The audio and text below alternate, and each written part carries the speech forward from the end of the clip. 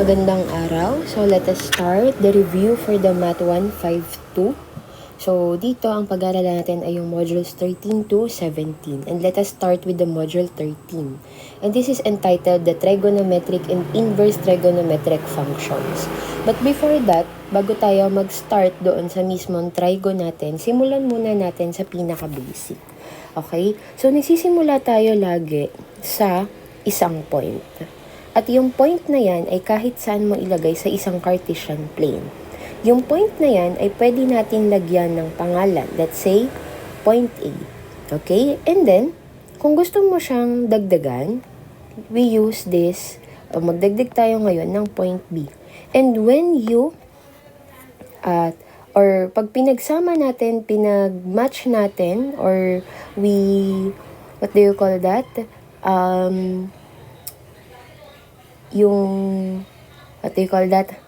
Like, pag ina natin siya, yung match, when we match this one ng isang line, at yung line natin ay nag-overpass pa sa sa pinaka-point natin, and we use this arrow, yan yung tinatawag natin ngayon na line AB. So, ibig sabihin, when we extend that kind of line, ibig sabihin, meron kang arrow both sides. Okay, this one. If you have this arrow both sides, then that line is called line. Okay, line AB. O kaya naman, line BA. But, if you do that, or kapag pinag-match natin yung dalawang point, nang hindi siya nag-overlap sa mismong ating points, okay, let's say, andyan lang siya mismo from point to point, yan yung tinatawag natin ngayon na segment. Okay, and we use that, or we call that segment AB, kung dito ka manggagaling kay A, papunta kay B. But then, kung gusto mo naman siya, pwede rin naman siyang segment BA, since pareho lang. Okay, but now, paano naman kung halimbawa na magmamatch yung ating dalawang points, pero sa isang side lang siya mag-overlap or mag-extend. So, ibig sabihin, let's say, andito, papunta siya sa kanan, pero yung nasa kaliwa na point ay andun lang siya, as in kay point siya nag-start. So, yan ngayon yung tinatawag natin na ray AB. Okay, ma'am, pwede po ba siyang baligtarin? Depende. Ang pagbabasa natin sa ray ay kung saan ka nag-start papunta doon sa extending line. So, kung halimbawa na yung mangyayari sa atin ay ito si A, ito si B, pero yung line natin or yung arrow natin is going to the left, so ibig sabihin, you call this as ray BA. Okay? So, yaan yung ating pagdating sa mga lines. So, iba't iba kasi ang klase ng lines natin. Now, let's move to the angle. Okay? So, sa angle natin, when we do the angle, ibig sabihin, we have two rays. Dalawa yung ray natin. Okay? At yung dalawang ray na yan, like for example, this one, you have this first ray, and then yung ating pangalawang ray naman ay manggagaling doon din sa same na point natin na pinanggalingan, and then gawa tayo ng panibagong ray. So, let's say this one is ray AB. Then, this one is ray AC. Okay. So, kapag ganyan na nagkaroon na tayo ng dalawang ray at pinagsama natin sila, okay, so, ito, yung magiging measurement ngayon, okay, yung magiging measurement between the two rays natin, yan yung tinatawag natin na angle. Okay? That is the angle. And when you measure angles, of course, kung saan ka mag-i-start mag-measure, like for example, dito ka nag-start mag-measure, ibig sabihin, yan yung tinatawag natin na initial side. And then, kung saan ka magtatapos ng pag-measure ng angle natin, yan yung tinatawag natin ngayon na terminal side. So, take note na pagdating sa trigonometry, ang standard measurement natin pagdating sa angle, standard angle measurement is counterclockwise. So, when we say counterclockwise, kabaligtaran ng ikot ng ating orasan. So, ibig sabihin, papunta dito. Okay? So, yun yung ating gagawin. So, that is the positive. So, kung halimbawa babaligtarin mo, babaguhin mo, gagawin mo siyang clockwise, so, yan yung magiging negative angle natin. Okay? So, now, let us start here. So, what if we have these angles? Okay. Siyempre, ang isang, natin, di ba, naka-form na tayo ng angle. Okay, so, naka-form tayo ngayon ng angle, let's say, ayan. And then, pag pinag-connect natin yung dalawang dulo or dalawang arrow nila, ibig sabihin, makaka-form tayo ngayon ng vertical line. So, ngayon, ang nangyari sa atin, meron tayong naging triangle. Okay, so kung napapansin ninyo, from a point, nakagawa tayo ng line, and then nakagawa tayo ng angle, hanggang sa nakagawa tayo ng shape, which is the triangle. Okay, so dito sa triangle natin, of course, meron kang naging angle, and this one yon. Okay, ito siya. This one. So now, dito, ang gagawin natin, alam naman natin na pag vertical line, yan yung dinidenote natin as Y. And then, yung ating horizontal naman or nakapahiga, yun yung tinatawag natin na X. Okay, ma'am, paano naman ngayon? Ito yung mahaba po. Okay, so alam naman din natin na pagdating sa triangle, yan yung tinatawag natin na hypotenuse. The longest side of a triangle. So, hypotenuse. Okay, so let's use na lang the letters A, B, and C para hindi kayo malito. Okay, so let's use that one. This is A, this is B, and then the hypotenuse is considered as the side C. Okay, so dito, ang pinakamadali, ang pinakamadali natin na magagamit na terminologies is the SOHCAHTOA. Okay, so wag niyo siyang kakalimutan kasi pinakagamit na gamit to.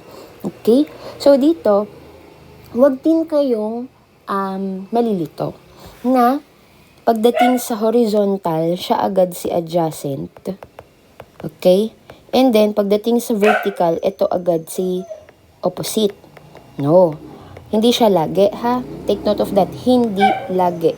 Depende siya sa ayos or kung saan nakalagay yung ating angle.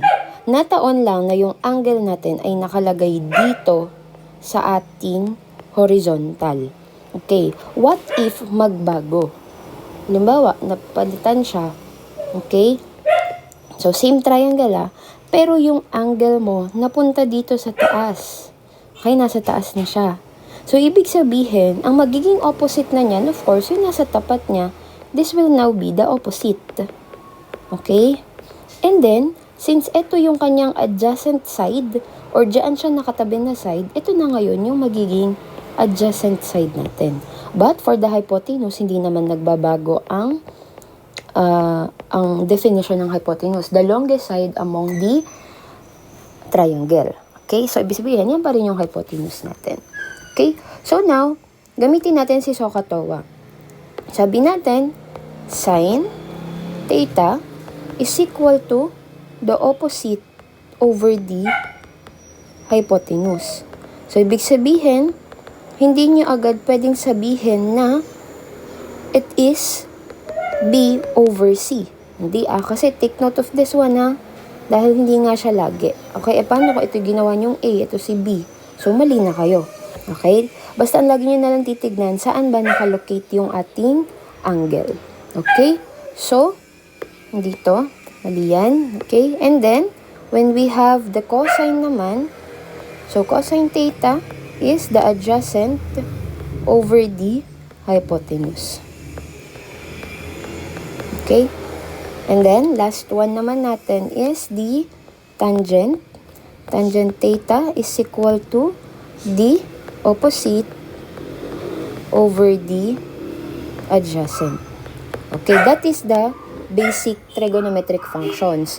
Ma'am, meron pa po tayong inverse. Okay, so for the inverse, wag kayong malilito or wag kayong mag-ano. Ang technique lang dyan is that ang magkatapat or ang magka-inverse, yung isa walang ko, yung isa may ko. Okay, like for example, si sine. Ang ka-inverse niyan, okay, Ang ka-inverse niyan ngayon ay yung ating, sino ba dun, di ba may mga ano tayo dun? Secant, cosecant, and then cotangent. Okay. Si sine wala namang ko, di ba? Kasi si cosine yung may ko. Okay, so among these three, sino ang may ko? Okay, di ba si cosecant tsaka si cotangent? Okay, si cotangent, tangent na nga, di ba? So, ibig sabihin, hindi si cotangent. So, therefore, si sine is si cosecant theta ang kanyang ka-inverse. So, ibig sabihin, when we say inverse, we reciprocate the sign. So, ibig sabihin, this one is 1 over sine theta.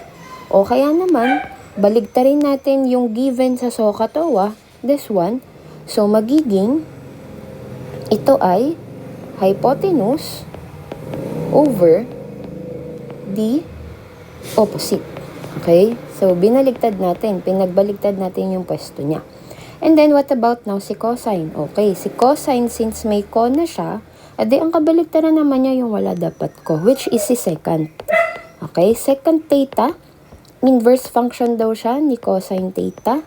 And then, kung babaligtarin natin, magiging hypotenuse over the adjacent. Okay? And then, let's say naman, ito, si tangent, of course, ang kanyang ka-inverse na lang ay si tangent. Okay, so we have 1 over the tangent theta, or kung babaligtarin natin, we have the adjacent over the opposite. Okay, so wag niyong kakalimutan ha, basta ang pinakamahalaga pagdating dito ay kung saan nakalocate yung ating angle, at kung sino yung side na katabi niya, yun yung tinatawag natin na adjacent. At kung sino naman yung nasa tapat na side niya, okay, yan yung tinatawag natin na opposite. Okay? So, wala akong ibibigay na example dito since ang gagawin niya lang naman dito is direct substitution. Okay? So, now let's proceed here. Ito, ang pinakakinatatakutan ng lahat, the trigonometric identities. Okay, so we have a lot of trigonometric identities given in our module. So, pwede niyo siyang i-check ngayon before tayo mag-start dito. So, we have this one. Example number 1. Simplify the given expression. Cosecant theta is equal, cosecant theta, cotangent theta, multiplied by the quantity of secant squared theta minus 1. Okay. So, dito, ang binigay na answer daw dapat ay si secant theta. Okay. So, patunayan natin na that is equal to cosecant theta. Okay. So, sulat natin. We have cosecant theta, cotangent theta, then secant squared theta minus 1. Okay. So, here, this one, ang una niyong gagawin dito is i-check nyo muna yung nasa parenthesis. Diba parang same pa rin naman tayo dun sa ating PEMDAS. Okay, lagi natin inuuna yung naka-parenthesis. Tignan natin, si secant squared theta minus 1, meron ba siyang identities? Okay. Diba meron tayo sa Pythagorean natin? Mali spelling. Okay, meron tayo sa Pythagorean theorem natin, Pythagorean identities, na, hindi katumbas nun. We have, ano meron tayo doon? We have tangent squared theta is equal to, baliktad. This is secant squared theta is equal to tangent squared theta plus 1. Okay, so kung check nyo siya, meron dyan yun sa ating Pythagorean identities. Actually, may mga pinanggalingan yan, kaya lang baka kasi masyado tayong humaba na, kung sakali, na ipapaliwanag ko siya. Okay, so we have secant squared theta is equal to tangent squared theta plus 1. Ma'am, secant squared theta po minus 1 yung nakalagay. Hindi naman po tangent squared theta plus 1. Okay, di ba pwede naman nating i-manipulate yung ating identities? Pwede tayong transpose. Okay, paano tayo magta-transpose? Si positive 1. Okay, ito rin natin. Si positive 1, lipat natin sa kabila. Okay, paano mangyayari? So, magiging secant squared theta from positive 1 magiging negative 1 is equal now to the tangent squared theta. O, diba?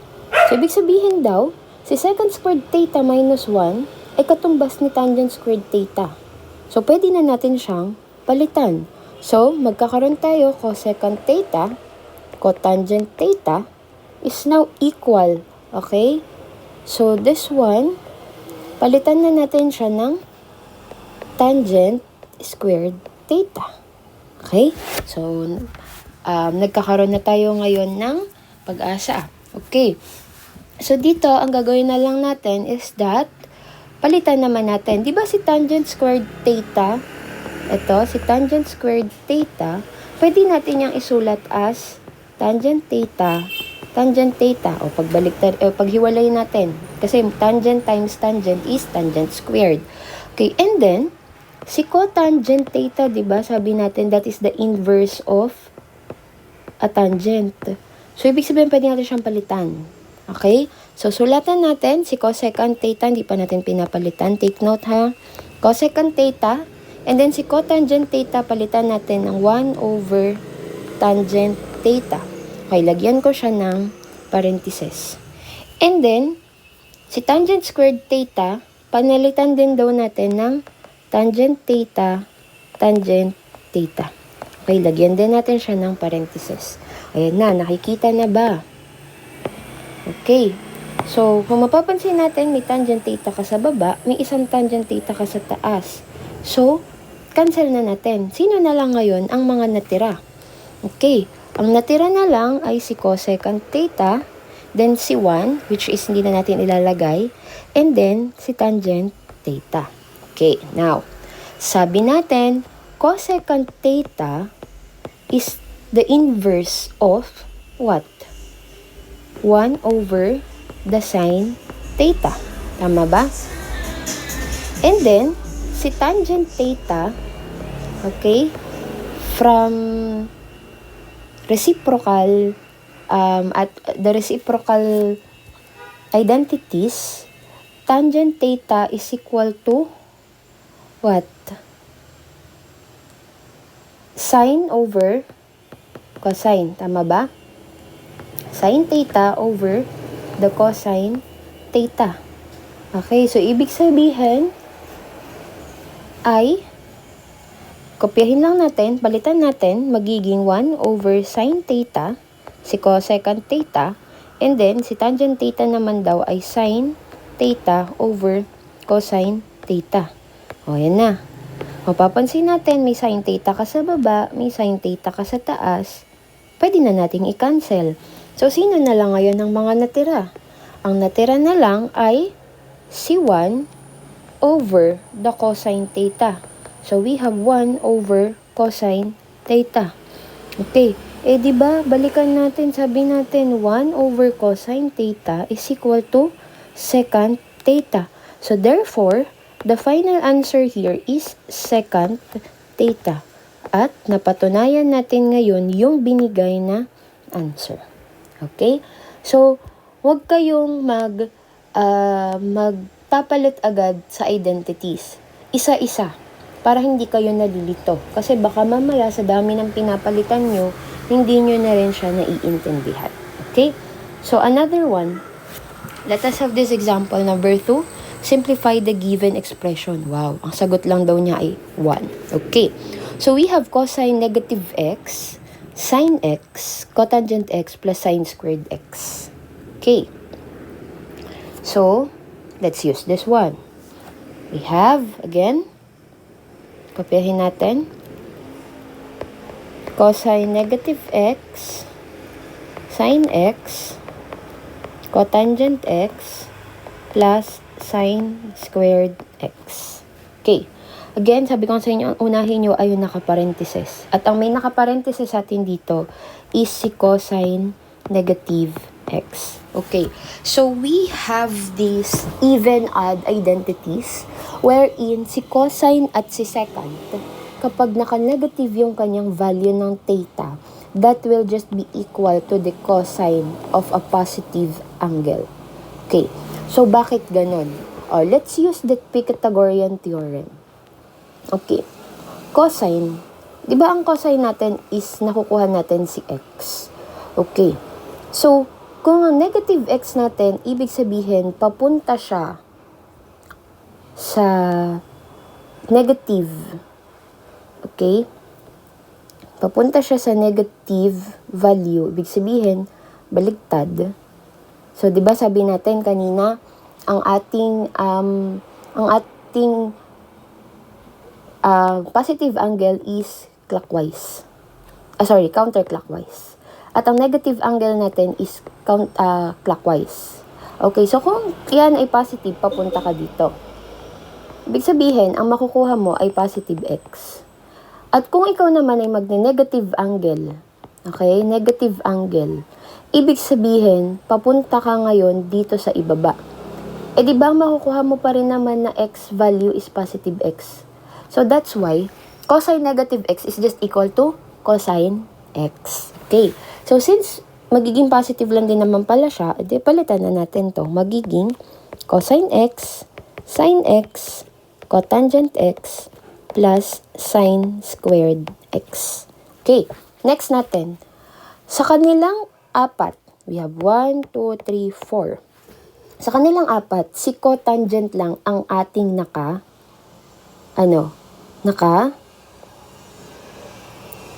inverse. So, ibig sabihin, pwede pala natin palitan si cotangent x. Di ba sabi natin cotangent x from reciprocal identities, we have cosine x over sin x. Palitan natin siya ngayon. Pag pinalitan natin, mananatili si cosine x, sin x, then si cotangent ay mapapalitan natin ngayon ng cosine x over sin x. Lagyan ko siya ng parentheses, then plus sin squared x. Ayan na. Kung mapapansin natin, may sin x ka sa labas, may sin x ka sa baba. So, cancel. Matatanggal. Okay, that will just be equal to 1. So, sino na lang ang natira? We have cosine x. Ito siya. And then, another cosine x. Kopyahin natin. And then, plus sin squared x. Okay. When we multiply now, okay, multiply natin itong dalawa. This one. Pag may nag-multiply natin yan, then syempre, magiging cosine squared x. Then, we have plus sine squared x. Okay, ang pinakamadaling tandaan pagdating sa Pythagorean. We have sine squared x plus cosine squared x is equal to 1. Mambaligtad naman po cosine squared po dito bago sine squared. Di ba plus naman sila? Plus naman pareho. So, pwede mong ilipat. Sige, kung gusto nyo, gawin natin tong sine squared x plus cosine squared x. And this is equal to 1. That's why the final answer here is just equal to 1. Okay? So, yun yung ating mga examples pagdating sa trigonometric identities. Now, let us move to the module number 16, wherein plane geometry naman na tayo. Okay? So, for the plane geometry, we have this right triangle. So, let us have this example. Okay. Find the shadow cast by a 10-foot lamppost when the angle of elevation of the sun is 58 degrees. Find the length to the nearest tenth of a foot. Tenth. Okay? Depende yan sa given, ha? Sabi daw sa 10, meron tayong lamppost. Okay, yan yung mga poste, may ilaw sa labas, sa kalsada, na 10 feet ang taas. And of course, kapag meron tayong sun, okay, let's say yung sun natin ay nasa likod ng ating lamppost. So therefore, magkakaroon siya ng shadow. At yung shadow na yan ay nagiging slant. Okay? So therefore, from the top of this lamppost hanggang dun sa pinaka dulo na nagawa niya sa ating kalsada or sa ating flooring, okay? So, yaan ngayon, yun naging parang hypotenuse natin. Tapos, kapag kinonect natin to, from the end of the lamppost hanggang sa end ng shadow natin, yan ngayon yung ating horizontal side. So, kung mapapansin nyo, nakakreate tayo ngayon ng isang right triangle. Okay. Sabi din sa atin sa problem, the elevation of the sun is 58 degrees. So, ibig sabihin, ito yung ating 58 degrees. Okay?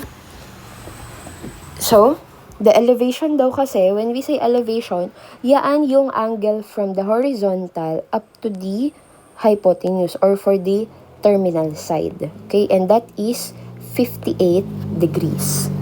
And find the length to the nearest tenth of the foot. Okay. Gaano daw kahaba ngayon yung naging length niya? Which is, ang naging length niya is from the bottom of the lamppost hanggang dun sa dulo ng shadow. And let us say that this is our x. Okay. So, kung mapapansin natin, we have this right triangle. Ang hinahanap natin is itong katabing side ng ating angle. Okay, and then meron siyang given na nasa opposite. Okay, ngayon, sa lahat ng identities natin or sa lahat ng trigonometric functions natin, sino ba ang merong adjacent at opposite? Okay, from the SOHCAHTOA. Okay, from the SOHCAHTOA. Si sine, dapat may hypotenuse ka, wala ka namang hypotenuse. Pero may opposite ka. Kay cosine naman, may adjacent ka pero wala kang hypotenuse. Pero kay tangent, may opposite ka, may adjacent ka. O dit, tangent na lang gamitin natin. Okay? So, using the tangent theta is equal to the opposite over the adjacent. Okay? So, gamitin natin. Tangent theta. So, ni theta natin, 58 degrees. Then equals, ano yung opposite niya? Pag opposite, yung katapat. So, we have 10 feet. Over, yung adjacent niya, ito, yung katabi. So, which is denoted by x. Okay? So, now, x ang hinahanap natin. Ang gagawin natin, transpose natin. We multiply both sides by x. Okay? Para makancel to, si x mapupunta ngayon sa kaliwa. So, we will be having x tangent 58 degrees is equal to 10 feet. Ang hinahanap lang naman daw natin ay si x. So, we divide both sides by tangent 58 degrees. Okay? So, para makancel ngayon si tangent 58. Matitira na lang si x is equal to 10 feet over the tangent 58 degrees. Okay, so now using your calculators, ang makukuha natin na sagot dito is 6.2 feet. Okay, so that will be now the final answer. Okay, take note. Ma'am, ilan po bang decimal places ang gagamitin? Again, ang sinabi sa atin dito, nearest tenth of a foot. Tenth. Okay, ano ba yung tenth? Ito yung unang ating decimal. Okay, so ibig sabihin, isang decimal lang ang kailangan nyo. Alright? So now, let us proceed to the last example, which is from the module 17, plane geometry, oblique triangle. Yan na. Okay. Dito, hindi binigay yung given, or hindi binigay, rather yung figure. Okay. So, let us have this one, plane geometry, oblique triangle. Again, when we say oblique triangle, this is a kind of a triangle which is magkakaiba yung side, magkakaiba yung length ng side, magkakaiba din yung kanilang angles. Okay. A surveyor marks A and B 200 meters apart on one bank of a river.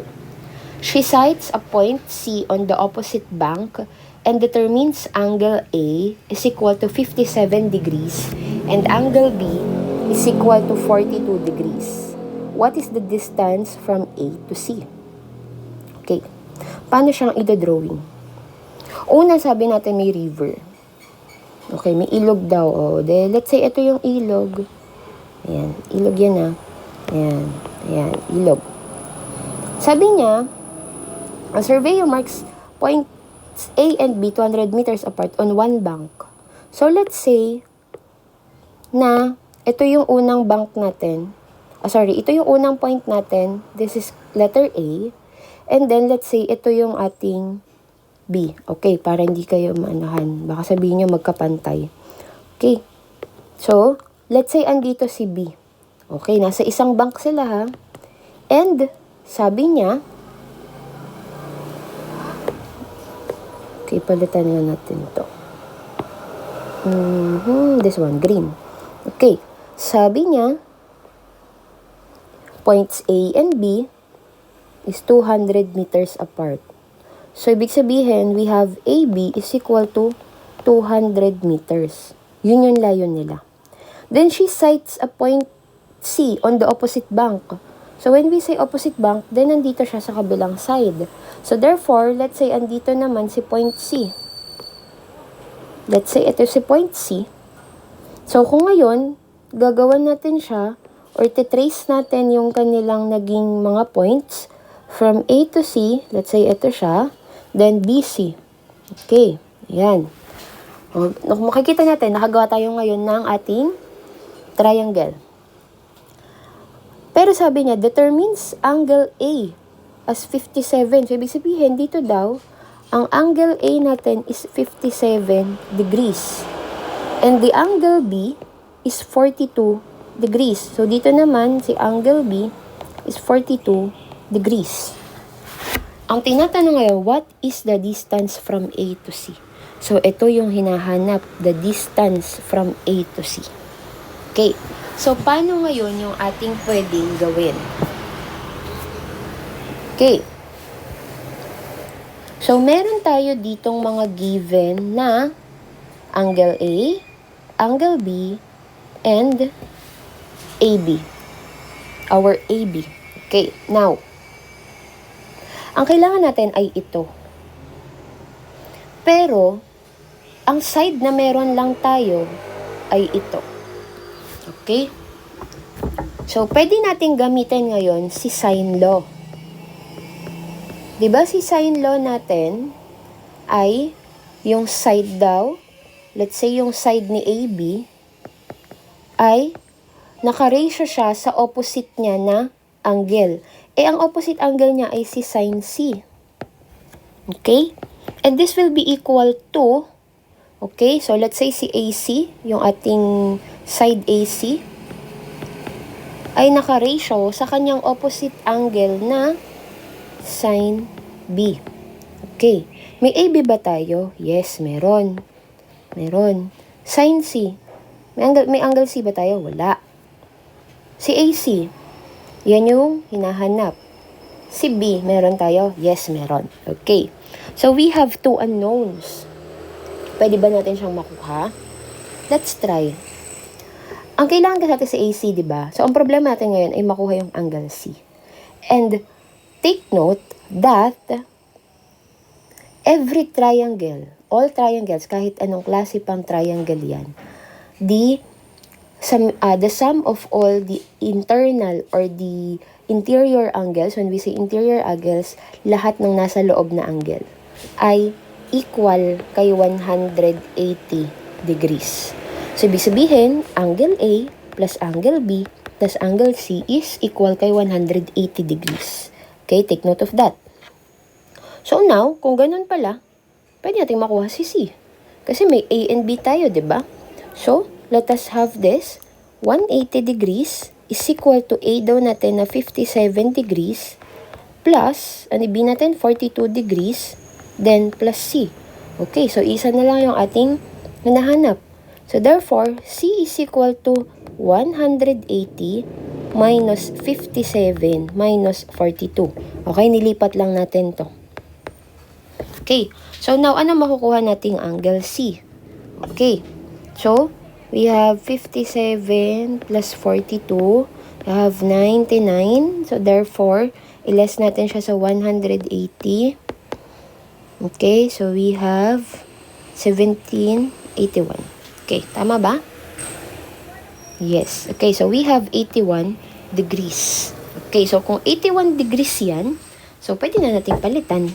Ibig sabihin, we have AB, ano yung value ng AB natin? We have 200 meters over sine of, C natin, 81 degrees is equal to AC na hinahanap over sine, ano yung B natin? 42 degrees. Okay. So, pinakamadali dito, si sine 42, lipat lang natin sa taas. Cross multiply. So, pagbaliktarin ko na rin, AC now will be equal to 200 meters sine of 42 degrees over sine of 81 degrees. So, using now your calculators, solve nyo na lang. Correct me kapag mali itong nakuha natin na answer. But then, we have 135.49 meters. And that will now be our final answer. Okay? So, yun lang naman yung ating magiging discussion for today. I hope everyone, best of luck for our upcoming examination. Okay? So, use now your time for you to review for our